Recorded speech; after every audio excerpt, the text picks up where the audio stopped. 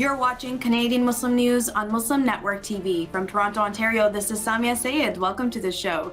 Coming up very shortly is an interview between Dr. Catherine Bullock and writer and author and poet Fareh Malik on her debut poetry collection, Streams That Lead Somewhere. But first, let's take a look at some headlines. Ottawa Vigil held for Muslim woman who died in altercation. Vancouver event to focus on Palestinian liberation. New Halal food market in Niagara attracts locals.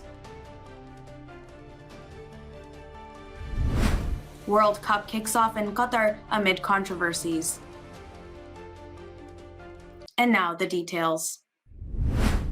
A vigil was held on Saturday in front of Ottawa City Hall to mourn Hodan Hashi, the 23-year-old woman who died earlier this month at a Saskatoon nightclub. Hashi, a Somali descent Muslim and a recent high school graduate, moved to Saskatoon in the summer of 2021. On November 5th, 22-year-old Paige Thorold Fisher fought with Hashi. Due to her injuries, Hashi passed away. Hashi's sister describes her as smiling and always happy. An online petition is set up demanding the closure of the bar. Thorold Fisher was released on a $5,000 bail and is set to appear in court on December 15th. The Palestinian Prisoner Solidarity Network in Vancouver is organizing an event tonight to spotlight next steps for supporting Palestinian activism in Canada. This comes after the Vancouver City Council voted last week to adopt the controversial International Holocaust Remembrance Alliance's definition of anti-Semitism.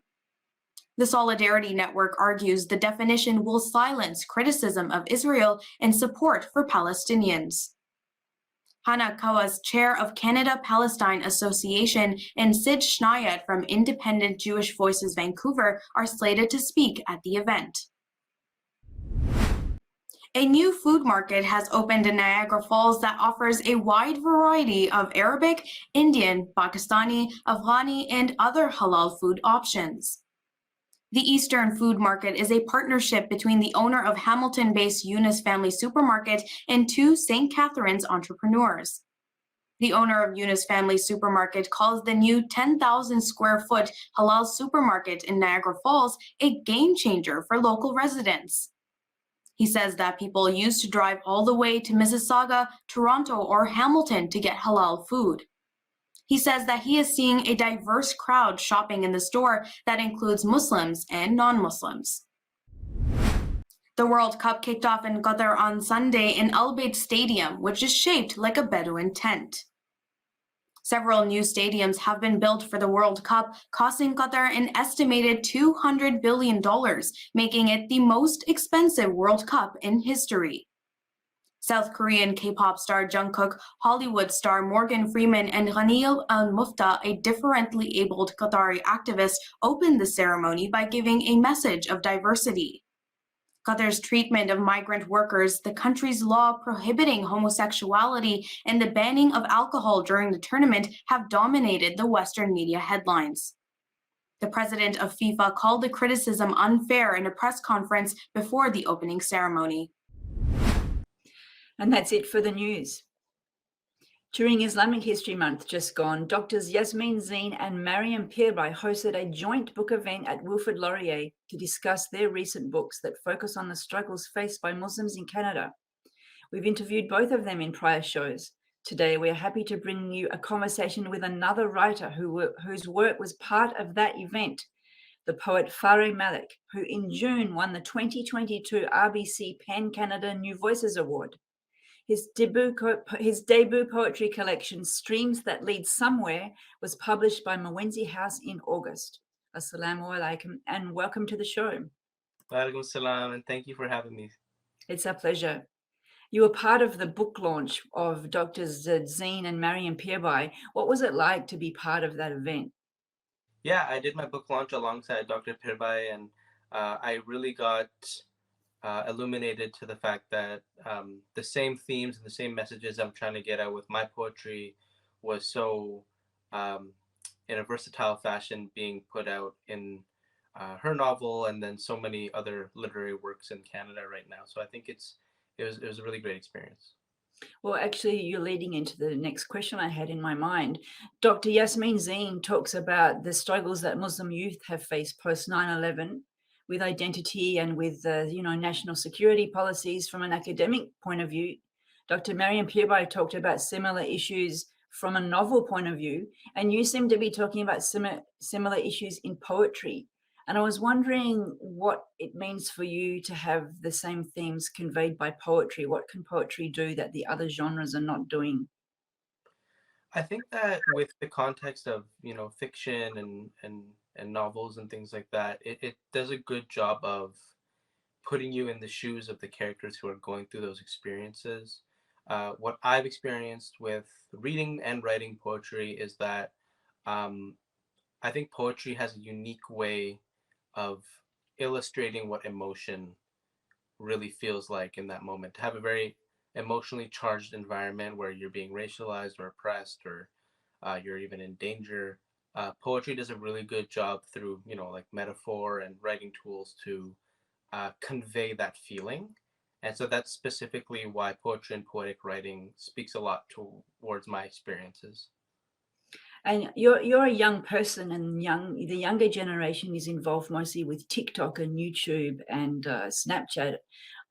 Do you find it difficult to reach people through words? I think that with regards to my generation, I think that we have started gravitating back towards hard copies of things. People are starting to appreciate, physical books and not just uh, online literary things and uh, social media. So I personally am someone who I don't even love social media that much. So Mm. uh, I have found that it's been a little bit difficult to penetrate that barrier, but Mm. it has been really rewarding, and I am finding a lot of interest for it. Your writing really spoke to me. I'm an older person, but you have such a pungent writing style that really captures those deep experiences and to convey them in a few words. And I'm just very grateful for your work. Let's have you read one of your poems. Yeah. I'll read my poem. It's one of the first poems in my book. This is my book, Streams That Lead Somewhere, and the poem I'll be reading is called Chai.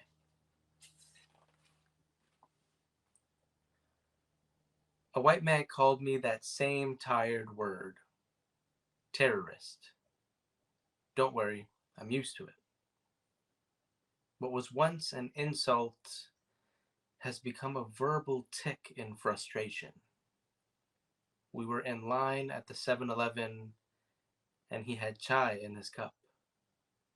When he leaned into spiced steam, nose first, he couldn't even recognize my scent. That poem just resonates in so many ways, in so many different experiences with many people, I'm sure, watching. What kind of feedback do you get from people in the community, people from your community? People from the literary community like to really politicize work, I think. And I think that it's this kind of trend that if you're Muslim, or if you're Black, or if you're oppressed, if you're a minority in any way, your art immediately becomes about that and that alone. Mm. I think that that's something I'm trying to push back against a little bit and try to say, well, no, just because I'm Muslim and just because I'm racialized, I can speak on a variety of things. And so the literary community has been pretty receptive to that in recent times. In terms of the Muslim community, I get a lot of people who come up to me after readings or interviews or what have you, and will just say, I didn't think that I would find companionship or camaraderie in that experience. I didn't expect to read something and feel like Mm. a bond with the Mm. with the writer, and that means a lot to me as a writer, to create that emotional connection between the people who are consuming and the people who are creating. I mean, when we're in line for coffee or something, and sometimes I get really nasty looks, they cut you to the core and rattle you for the rest of the day, the rest of the week, maybe the rest of your life. is the poetry for you, I mean, I'm assuming that this is based on a real story, but if it's not, you can tell me. But when you have those experiences, is the poetry for you the way of coping? Yeah, I think including myself, but I think everyone kind of underestimates the longevity of those traumatic experiences. And so it was something that happened to me. It did happen, and um, I remember thinking about it for a week and kind of forgetting about it myself Mm, until I started exploring some of my behaviors and the reasons I was acting a certain way. And I would realize I would be kind of suspicious or of people coming, behind me in line, and I would have to analyze that and say, well, why do I feel that way? mm. And then you don't really realize what the inherent trauma is behind those actions until you really analyze it. And so when I started to break down those experiences and how they've affected me, that's when the poetry came and uh, uh, really flowed naturally into the book. Mm. In a CBC interview, you said that you don't like to focus on the negative, you want to focus on how to fix it. And do you find sometimes that, there's this concept of white fragility? If minorities are too angry about their experiences, then the majority society kind of like cuts off and doesn't want to hear. Are you feeling that your poetry is a way through to help fix it? In many cases, yes. I've had a lot of people who I've met who I've hopefully what it seemed like I've been able to break through and reach those people, and that's what I continue to do. Every project I have planned, every piece of literature or art that I want to create, it has the end goal of community and unity and mutual respect, equality. So definitely, I think that there's a little bit of resistance, and I think that that's fueled my writing as to brainstorm how I can overcome those obstacles in order to reach that end goal. And is that why the poetry collection is called Streams That Lead Somewhere? That's your vision of the unity? Yeah, the somewhere is very multifaceted. Um, it's somewhere in a lot of different metaphorical ways. One of them being somewhere for myself as someone who's overcome, mental health issues and is in a place where I am more stable and more ready for the future. Uh, Somewhere as a product of lineage, what familial trauma does through your lineage and uh, how you can counteract those things moving forward and having children. And yeah, somewhere as a community, where can we be at the end of this stream that was in this very dark, desolate place, and can we make it this sanctuary? Well, we're almost out of time. I want to thank you for joining us. Are there any last words you have? Any last words you want to say before we sign off? Yeah, I mean, if I could plug myself a little bit, Streams That Lead Somewhere is out. If you'd like to purchase a copy, it's at Moenzi House, the website, and you can check out my website, www.farehmalik.com. Well, thank you very much. Thanks for your writing. Keep it up. Thanks for joining us. Assalamu alaikum. Thank you so much for having me. Thank you for watching. If you like what we do, please share, like, and subscribe. Stay safe and God bless.